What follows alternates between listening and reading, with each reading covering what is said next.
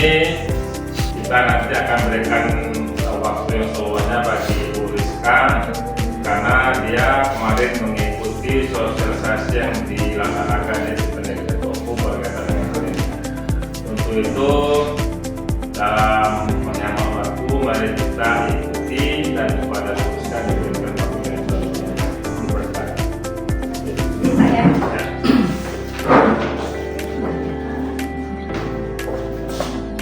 Assalamualaikum warahmatullahi wabarakatuh. Waalaikumsalam warahmatullahi wabarakatuh. Oke, baiklah Bapak Ibu, terima kasih atas kesempatannya yang diberikan kepada saya pada hari ini. Jadi izin untuk menyampaikan apa yang sudah kami dapatkan di pelatihan tanggal 21 Desember 2024. Jadi ini merupakan rencana tindak lanjut dari kegiatan yang sudah kami ikuti kemarin.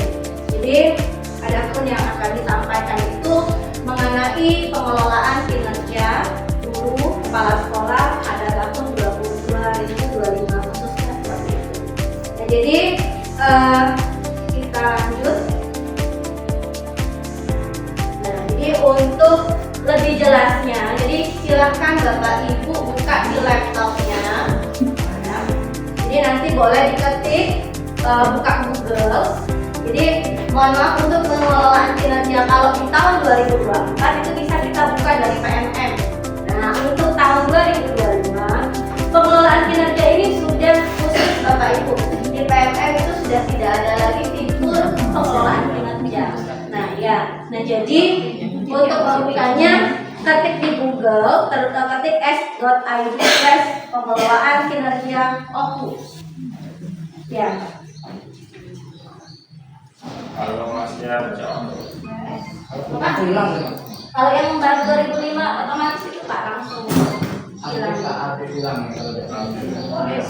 s.id/pengelolaan kinerja OFU.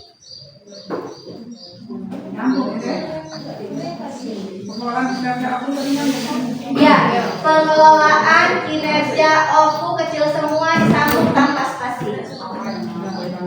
Oke, sudah masuk sampai di sini? Oke, kalau belum silakan dibuka dulu. Nah, jadi di sana ada juga Bapak Ibu nanti materi sosialisasinya.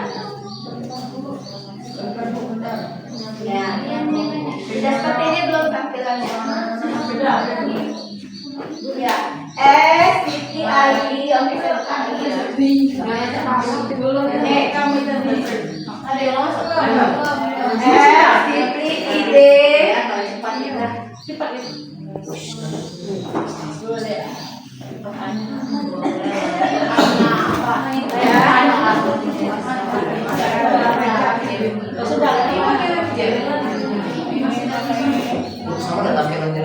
Nah, itu nanti itu jadi nanti materi yang akan disampaikan juga ada. Jadi nanti kita bisa buka yang sudah bisa boleh klik materi sosialisasinya. Materi sosialisasi. Ya. Buka dulu yang satu. Kalau sudah sosialisasinya dibuka, klik. Sudah ya. Materi sosialisasinya diklik. Terus muncul materi. Nah, jadi ini materi yang akan saya sampaikan, ya. Jadi nanti masih bisa juga Bapak Ibu buka lagi di rumah seperti itu. Jadi kalau misalnya memang ada yang masih mau ditanyakan, bisa nanti di luar sini bisa ditanyakan kembali. Oke.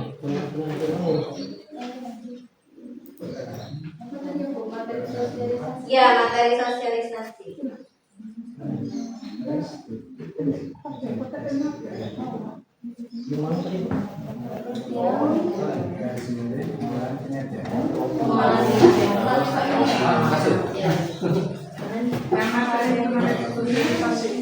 Sampai sini gimana sih?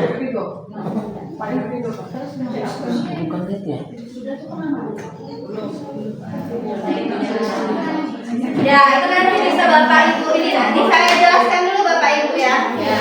Oke. Jadi kalau semua tidak terbaca saat ini bisa nanti buka di laptop yang satu. Nah, jadi kalau kita lihat di sini di halaman ketiga itu ada kinerja guru dan kepala sekolah pada tahun 2024. Nah, kalau kita ingat-ingat penilaian kinerja pada tahun 2024 itu meliputi ada praktik kinerja, ada perilaku kerja, ada pengembangan kompetensi dan dokumen akuntabilitas. Nah, di sini kan kita ada 3 tahap Bapak Ibu ya. Kemarin sudah tahun 2004 itu ada perencanaan, ada pelaksanaan, ada tahap penilaian. Nah, Yola waktu itu setiap periode Januari, Juli itu kita buat.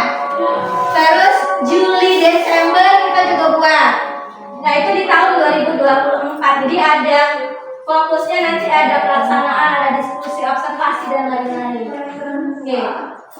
Nah, selanjutnya. Nah, untuk mengetahui pemahaman Bapak Ibu tentang pengelolaan kinerja tahun 2004 ada beberapa pertanyaan ini. Nah, coba disimak dulu. Nah, ya. Jadi kalau pernyataan ini adalah miskonsepsi, Bapak Ibu silakan tetap duduk. Tapi kalau pernyataan yang akan saya buka nanti itu adalah fakta, berarti Bapak Ibu berdiri. Nah, itu coba dulu ya. Mbak, misalnya kalau pernyataan yang ini. Oke. Jadi berdiri ya kalau Bapak Ibu menganggap ini fakta. Atau tetap duduk kalau Bapak Ibu menganggapnya miskonsepsi. Nah, kalau miskonsepsi tegak. Kalau miskonsepsi tetap duduk. Duduk.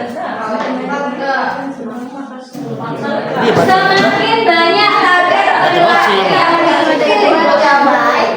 Nah, jadi kalau Bapak Ibu makin banyak target-targetannya, ya, apakah hasil observasinya akan bagus? Enggak, yakin sebelum negara ini.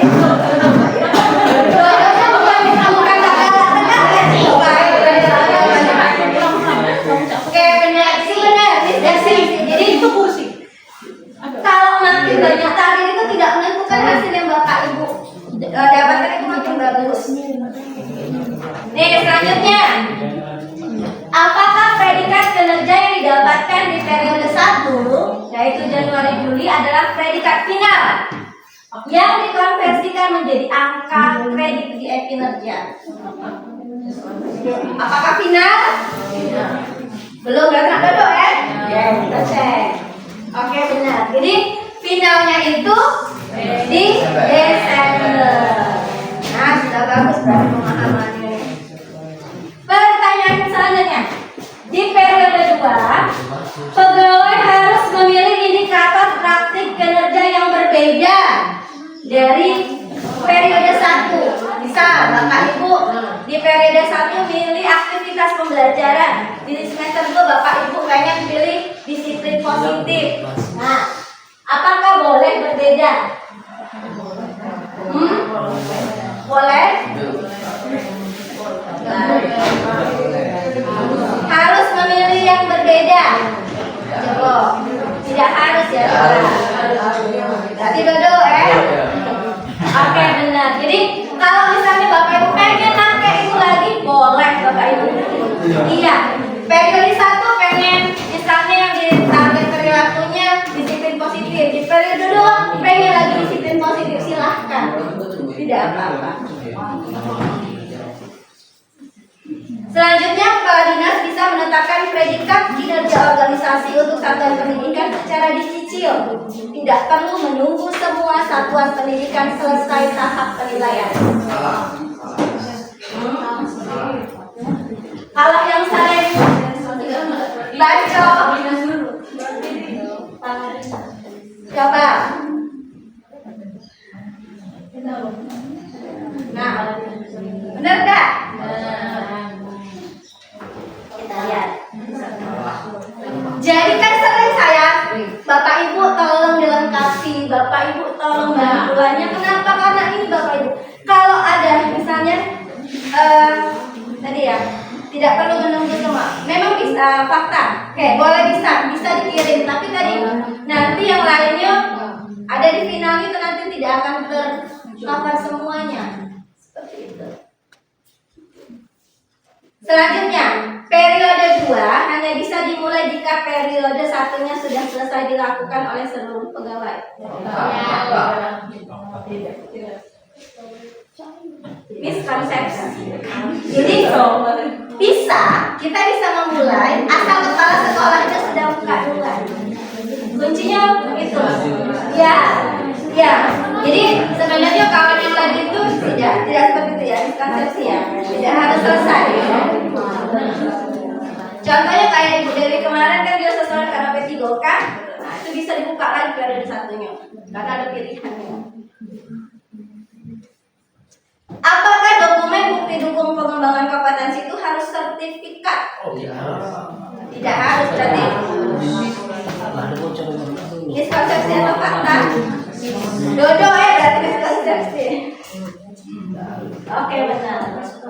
Pak, ini Dodo tadi Pak, benar kan jawabannya? Benar, memang tahu aku malas tegak Pak. Malas kan? Oke. Selanjutnya, apakah RHK pengembangan kompetensi bisa diubah meskipun SKP-nya sudah disepakati? Oke, sudah banyak ya yang berubah ya. Jadi bisa Bapak Ibu ya. Jadi kalau misalnya kayak ujung-ujung walaupun sudah disepakati bisa kita ubah, kita sesuaikan. Nih, apakah kepala sekolah bisa mengirim penilaian kinerja guru kepada dinas meskipun belum semua guru telah selesai di tahap pelaksanaan? Yang tidak tegak. Jadi nah ini cari malas tegak memang Pak. Ya jadi semuanya harus lengkap Bapak Ibu ya. Apakah pegawai bisa mengganti data diri, golongan, jabatan, satuan pendidikan di dalam sistem pengelolaan kinerja? Tidak bisa. Ya. Tidak bisa Pak Alia. Jadi kalau mau mengubahnya mana Pak Alia? Ke dinas pendidikan Bapak Ibu. Nah, jadi nanti kalau di awal biasanya nanti akan ada konfirmasi data. Nah jadi tolong dicek benar-benar Bapak Ibu. Dia konfirmasinya cuma 1 kali, itulah ketika kita akan membuka nanti. Dinas pendidikan itu nanti siapa tuh? Aku seperti tak ada siapa tuh? Kartu pegawai yang tidak salah. Biasanya kita kan borongnya misalnya aku kan M, P kamu ya, depan borongnya. Ada tahu gitu. P kalau salah kamu. 2009 soalnya. Jadi yang punya kita kok banyak yang nomor itu salah. Ini khusus untuk ini Pak, datanya ini khusus untuk di pengelolaan kinerjanya. Ya, jadi kalau ada memang kesalahan tadi ke dinas tidak bisa, Pak sekolah tidak bisa menggantinya. Selanjutnya, apakah atasan dapat menghapus pegawai yang sudah mutasi, rotasi, meninggal, pensiun di sistem pengelolaan kinerja? Nah, bisa tidak Pak Kasian? Bisa tidak Bapak menghapus Pak? Kalau yang sudah mutasi, yang sudah pensiun? Belum pernah. Iya, Bapak belum pernah menghapusnya karena tidak bisa Pak ya? Iya, karena kayak kita Ibu Hafizah yang honor-honor yang dulu Linda itu masih masuk di daftar kita, ya bisa kita hapus. Iya. Kami kali itu nggak mengambil. Nah jadi ini gambarannya tentang capaian di 2024. Kemarin itu baru yang selesai penilaian per tanggal 6 Desember karena penilaiannya sampai 31 Desember Bapak Ibu ya. Per tanggal 6 Desember itu baru selesai 1,62% kemarin. Nih. Makanya kemarin kami dikejar sudah nih kalau itu kemarin cepat diselesaikan. Ya mungkin ada dapat WA, Japri dan lain-lain. Mohon maaf kalau mengganggu itu kemarin ya. Karena ya tadi biar kita tidak saling menghambat. Oke, ini untuk materi yang pertama Bapak Ibu. Untuk materi pertama ada nggak ditanyakan enggak? Cukup ya, nanti boleh bila sempat. Oke, kita buka lagi yang kayak materi yang kedua. Coba, ya.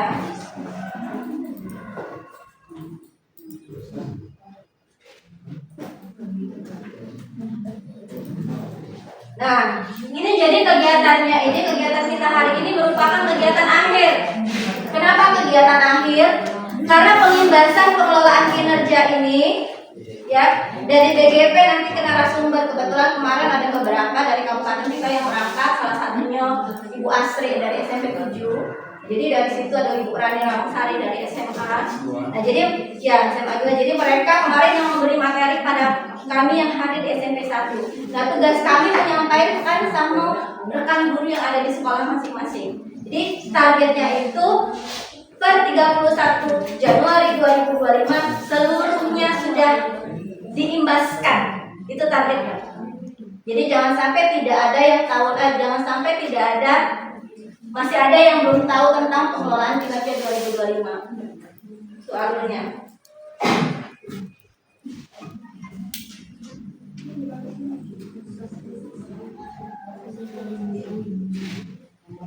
Oke, nah ini untuk info yang lebih detail lagi Bapak Ibu, panduan, terus ada di SID ini, nah boleh dicatat juga atau nak di-scan, boleh di-scan barcode-nya.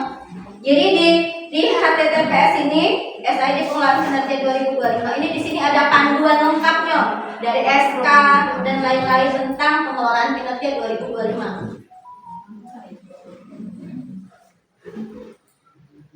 Nah, nanti bisa dibuka di sini.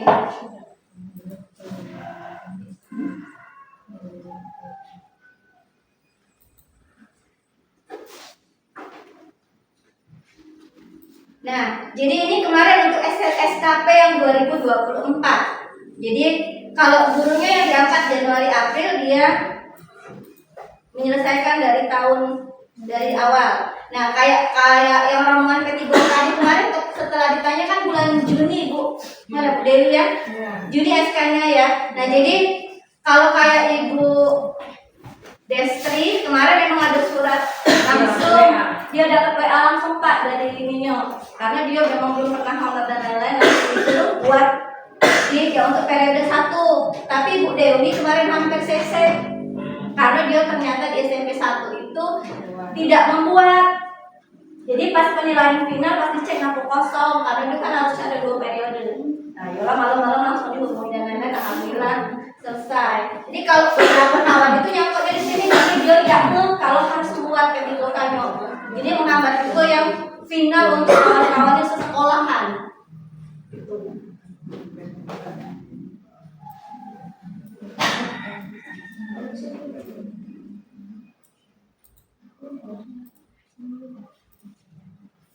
Menurut SKP. Oke, kita lanjut di materi ketiga ya. Ya. Ada sudah datang.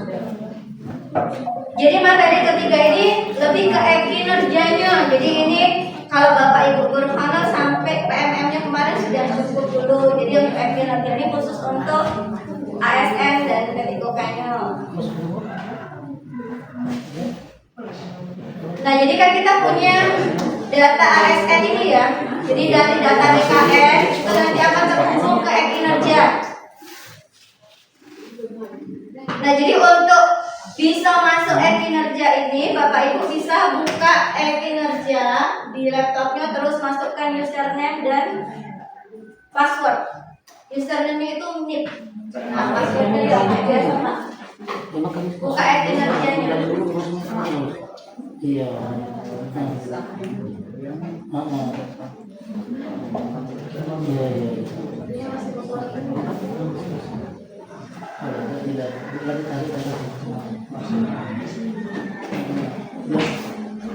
Ketulis satu yang satu itu menjadi dua.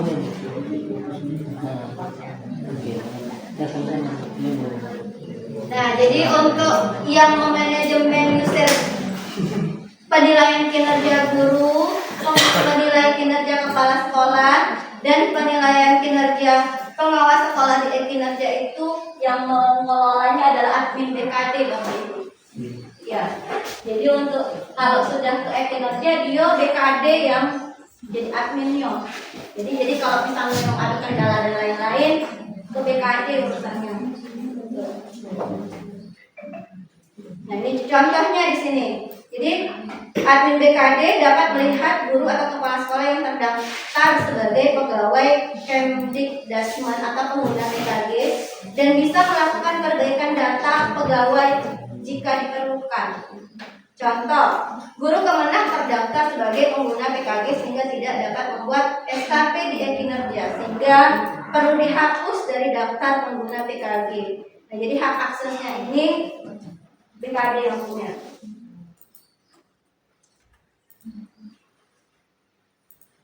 Nah, ini mekanisme memasukkan dan mengeluarkan pegawainya. Jadi nanti ada tampilan khusus.